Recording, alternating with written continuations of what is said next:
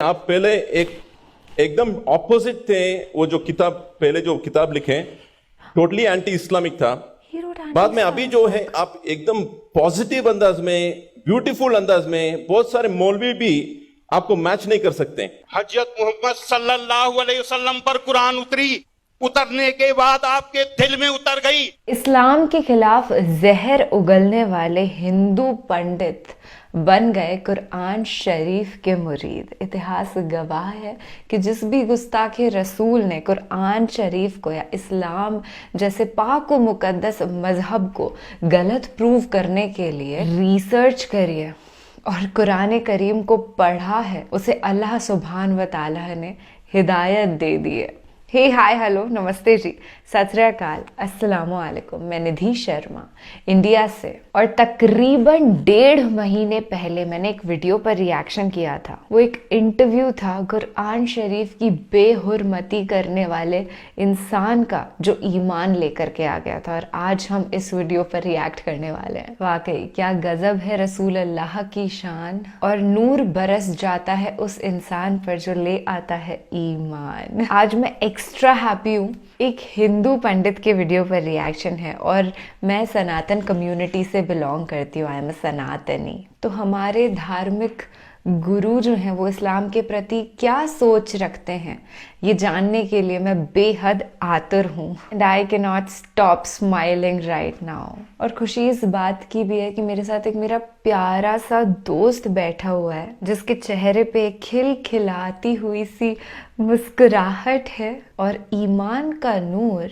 उसके चमकते गालों से साफ जाहिर होता है। तो सच के हक के रास्ते से कभी मत भटकना मेरे दोस्त। चलिए फिलहाल पंडित जी का प्रवचन सुन लेते हैं, या मैं यूं कहूं कि तकरीर सुन ली जाए। उसके बाद तफसीली गुफ्तगू होगी, प्यार भरी मोहब्बत नुमा, क्योंकि हमारे दिल में एक दूसरे के लिए मोहब्बत कूट कूट के भरी हुई है, जो कभी भी खत्म होना तो बहुत दूर की बात है, इतनी सी घटेगी भी नहीं बल्कि बढ़ती ही चली जाएगी। यानी आप पहले एकदम ऑपोजिट थे। वो जो किताब पहले जो किताब लिखे टोटली एंटी इस्लामिक था। बाद में अभी जो है आप एकदम पॉजिटिव अंदाज में, ब्यूटीफुल अंदाज में, बहुत सारे मौलवी भी आपको मैच नहीं कर सकते। पूरे मौलवी करके नहीं बोलता हूं, बहुत सारे यानी उलमा में भी हर आदमी के पास जो है वो जो बोलने का तरीका जो है हर आदमी के पास नहीं हो सकता है। तो उस अंदाज में आप जो बोल रहे हैं बहुत डीप स्टडी करते हुए आप लोगों के सामने आ रहे हैं। तो what is the transition phase, कैसा हुआ है? Very happy. ओम पूर्णमदः पूर्णमिदं पूर्णात् पूर्णमुदच्यते पूर्णस्य पूर्णमादाय पूर्णमेवावशिष्यते। ओम शांति शांति शांति। एक अखबार निकलता है उत्तरी भारत में, दैनिक जागरण, बहुत मशहूर, सबसे ज्यादा पाठक हैं उसके जी। उसमें एक लेख छपा था, दंगे क्यों होते हैं। बल्लाज मधोक, जो बुजुर्ग लोग हैं उनको जानते होंगे, बल्लाज मधोक को, उन्होंने एक लेख लिखा था और कुरान मजीद की कुछ आयतें दी थी। तो वो आयतें देखने के लिए कि क्या वास्तव में सही है कि नहीं, मैं इलाहाबाद में एक दुकान में गया और मौलाना फतेह मोहम्मद खान साहिब जालंधरी और मौलाना अब्दुल पारिक साहब की हिंदी का अनुवाद ले आया, और उसमें हमने देखा तो वो कुरान मजीद की वो आयत वैसे ही मौजूद थी। तो मुझे लगा कि ये बात सही है, और मैंने किताब लिखी इस्लामिक आतंकवाद का इतिहास। बाला साहब ठाकरे को बहुत पसंद आई, उन्होंने उसका अंग्रेजी ट्रांसलेशन कराया, the history of Islamic terrorism के नाम से। बाद में एक सज्जन ने, अब मैं वहां आ रहा हूं कि मेरा सोच कैसे बदला। मुंबई के एक व्यापारी ने मुझसे कहा कि स्वामी जी आप जो काम कर रहे हो उसमें फंड की जरूरत है, फंड आपको नहीं मिल रहे, आप ऐसा करिए किताब इस्लाम पर लिखिए अमेरिका के लिए, कि वास्तव में इस्लाम से अमेरिका को खतरा है, तो आपको अच्छा खासा आपको वहां से रॉयल्टी मिलेगी, आपके सारे काम चल जाएंगे। लेकिन वो बड़ी किताब होनी चाहिए। उसको लिखने के लिए मैंने हजरत मोहम्मद सल्लल्लाहु अलैहि वसल्लम की जीवनी पढ़ी। जब जीवनी पढ़ी तो जो कुरान मजीद की आयतों को मैंने आतंकवाद से जोड़ा था कि इन आयतों की वजह से आतंकवादी बनते हैं जी। लेकिन जीवनी पढ़ने के बाद मुझे लगा कि ये आयतें आतंकवाद को रोकने के लिए हैं, आतंकवादियों को, वाह सुभान अल्लाह। वाह क्योंकि उनमें जो युद्ध का आदेश था वो आतंकवाद और आतंकवादियों के विरुद्ध था। तो मुझे लगा कि मुझसे बहुत बड़ी गलती हो गई, एक धर्माचार से ऐसी गलती नहीं होनी चाहिए। और वो गलती क्यों हुई? वो गलती का जिम्मेदार मैं नहीं था, उस गलती का जिम्मेदार अनुवाद करने वाला था, जी जिसने ये नहीं बताया कि आयत का मतलब कैसे समझें। किसी भी हम यहाँ जो गैर मुस्लिम भाई होंगे उनको मैं बताऊं कि आयत का मतलब समझने के लिए जरूरी है कि आयत क्यों और किन परिस्थितियों में आई। ये जब जानेंगे तभी सही अर्थ मालूम होगा। तो ये जानने के बाद मैंने एक दूसरी किताब लिखी, इस्लाम आतंक या आदर्श, यानी इस्लाम में आतंक नहीं, आदर्श ही आदर्श है। बिल्कुल सही। और इसका हम दूसरा उदाहरण और हम दे रहे हैं क्योंकि हमने एक दूसरी किताब भी लिखी है। एक बार मैं जा रहा था, अभी थोड़े दिन की बात है, तो एक सज्जन से मेरी बातचीत होने लगी। मैंने कहा इस्लाम में आतंकवाद है ही नहीं। तो उन्होंने क्या किया, अपने मोबाइल में दिखाया एक इंटरनेट से कि आज से 100 साल पहले ब्रिटिश पार्लियामेंट में एक भूतपूर्व जो प्रधानमंत्री विलियम ग्लैडस्टोन थे, उन्होंने कुरान मजीद को लहराते हुए उसके बारे में कुछ नेगेटिव चीजें कही थी। तो मुझे बिल्कुल अपनी बात याद आ गई कि जैसे मैंने गलत समझा वैसे विलियम ग्लैडस्टोन ने भी गलत समझा, और उसके जिम्मेदार वो नहीं, अनुवाद करने वाले थे, क्योंकि उन्होंने सही अनुवाद उसको सही ढंग से एक्सप्लेन क्यों नहीं किया। तो मुझे लगा कि अब इस पर भी एक किताब लिखने की जरूरत है। तो मैंने एक दूसरी किताब लिखी है, कुरान जीने की कला। वो अंग्रेजी हिंदी में है, वो छप चुकी है जामिया नगर में जो जमात इस्लामी के मरकज से छपी है। अंग्रेजी में इस्लाम एंड आर्ट ऑफ लिविंग के नाम से अंग्रेजी में भी छपेगी। अब इन सारी चीजों जो मैंने इस्लाम को देखा, कुरान को देखा, उसके हिसाब से मैं एक छोटे से निष्कर्ष पे पहुंचा कि इंसान में इंसानियत लाने के तरीके का नाम इस्लाम है। और ये जुमला नहीं है, ये जुमलेबाजी नहीं है कि मैं अपने तरफ से मैंने कोई एक मुहावरा कह दिया, एक जुमला फेंक दिया। ये बात दलील के साथ मैं बताऊंगा, और मैंने दलील के साथ देखा है। ये इंसानियत के दुश्मन है, काम, क्रोध, मद, लोभ, मोह, ये दुश्मन है।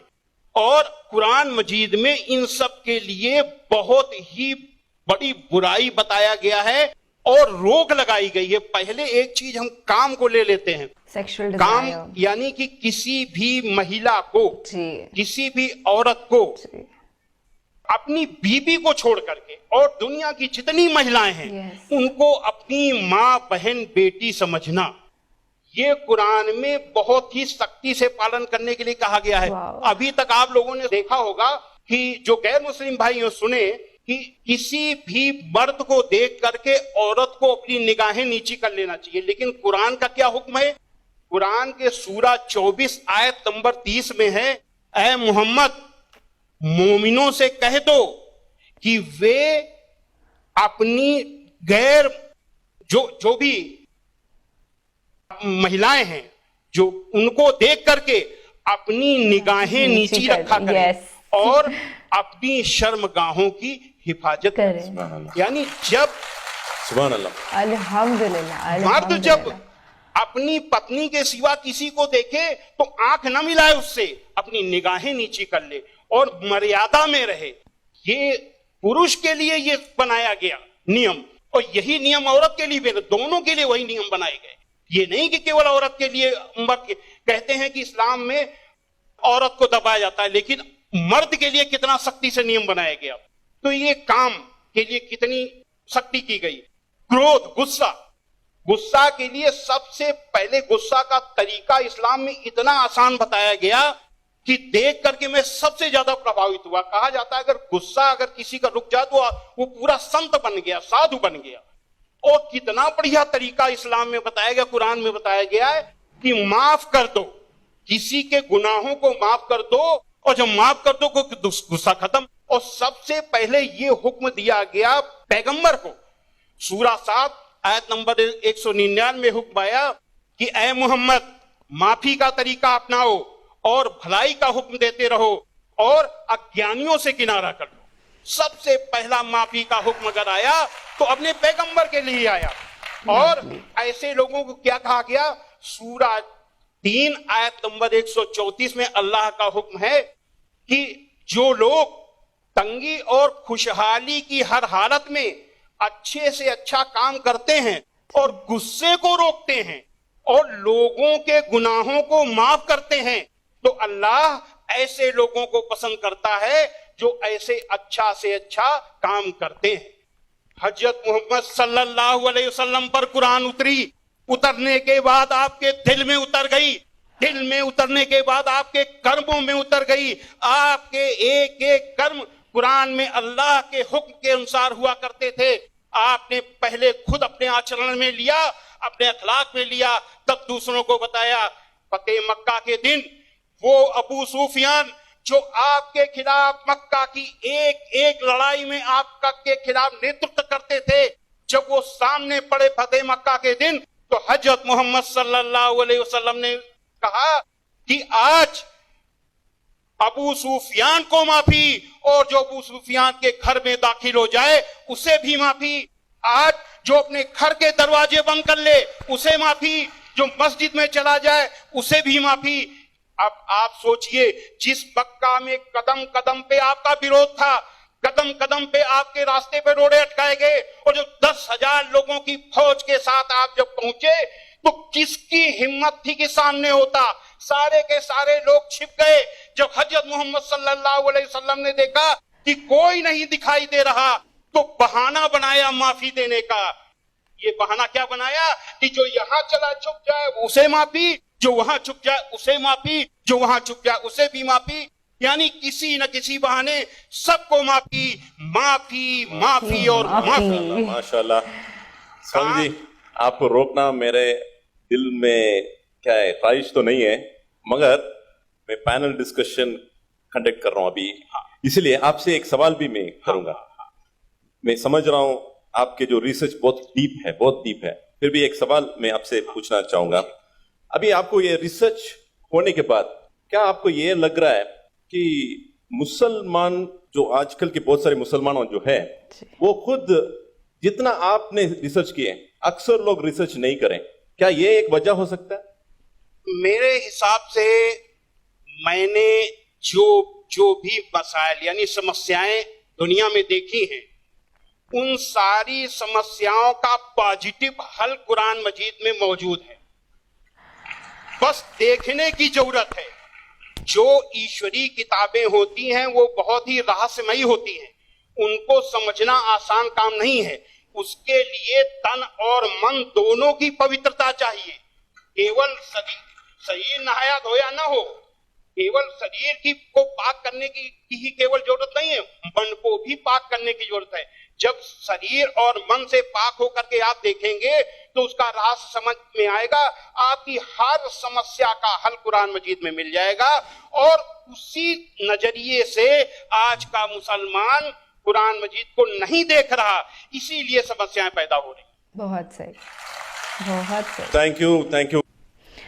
ओह गॉड, जितने भी इंडिया के न्यूज़ चैनल्स पर आकर के बकवास करते हैं लोग, अपने आप को एक्स मुस्लिम कहते हैं, उनके फेस पे एक करारा तमाचा है ये वीडियो। वो एग्जैक्टली ऐसा ही करते हैं जैसे पंडित जी ने, जब उनको नॉलेज नहीं थी, जब वो ना समझते, तब किया था कि इस्लाम को आतंकवाद से रिलेट कर दिया, बल्कि असलियत उसकी जस्ट ऑपोजिट है। आप पूरा फ्लिप करेंगे तो रियलिटी दिखाई देगी इस्लाम की कि कितनी चैन, शांति, अमन, पीस का मजहब है।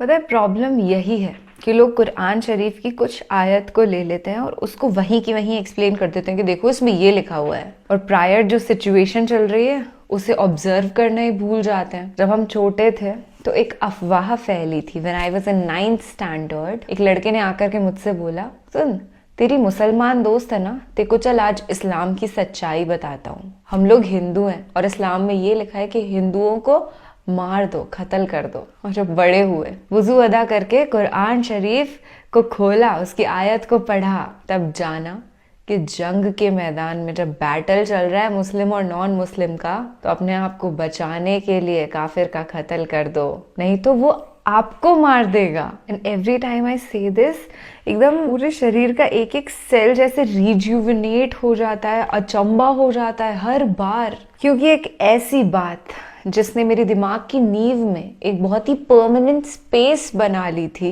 वो कुरान शरीफ की आयत को पढ़ करके यूं गायब हो गई। तो सोचिए और क्या क्या गलत बातें जो आपके दिमाग में फिक्स्ड हैं वो कुरान शरीफ को पढ़ करके गायब हो जाएंगी। मैं सभी से यही अनुरोध करती हूँ कि ये वीडियो मुसलमान नहीं, नॉन मुस्लिम्स के पास ज़्यादा पहुँचना चाहिए, ताकि उनको भी तो इस्लाम की सच्चाई पता चले। वो लोग जिनके दिलों में मुसलमानों को लेकर के या इस्लाम को लेकर के बहुत सारी गलत फहमियां हैं, इस वीडियो को देखने के बाद सब गायब हो जाने वाली हैं। अच्छा, आप मुझे बताइए आपको कैसा लगा पंडित जी का रवैया कुरान शरीफ पढ़ने के बाद? अखलाक बिल्कुल बदल गए, उनके तहजीब व अदब ही एकदम चेंज हो गई। और उससे पहले वो निरंतर गुस्ताखी किया करते थे क्योंकि वो अफवाहों पर विश्वास कर लेते थे। तो हमें कभी भी किसी अफवाह पर विश्वास नहीं करना। और हाँ, हम इंसान हैं, सब एक ही उम्मत है, सबको अल्लाह सुब्हान व तआला ने ही बनाया है। तो कभी भी किसी बेगुनाह से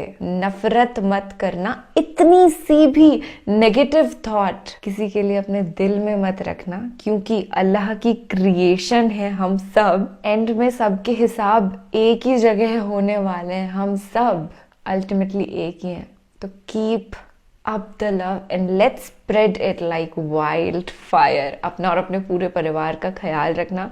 और फिलहाल रमज़ान चल रहा है तो रमज़ान मुबारक दोस्त। रोज़ों में स्पेशल केयर करो, सहरी इफ्तारी अच्छे से लो, और हाँ, ईमान से अपना रोज़ा कायम करो, ख्याल रखो। फिर से यही कहूँगी, take good care of yourself. अल्लाह हाफिज़।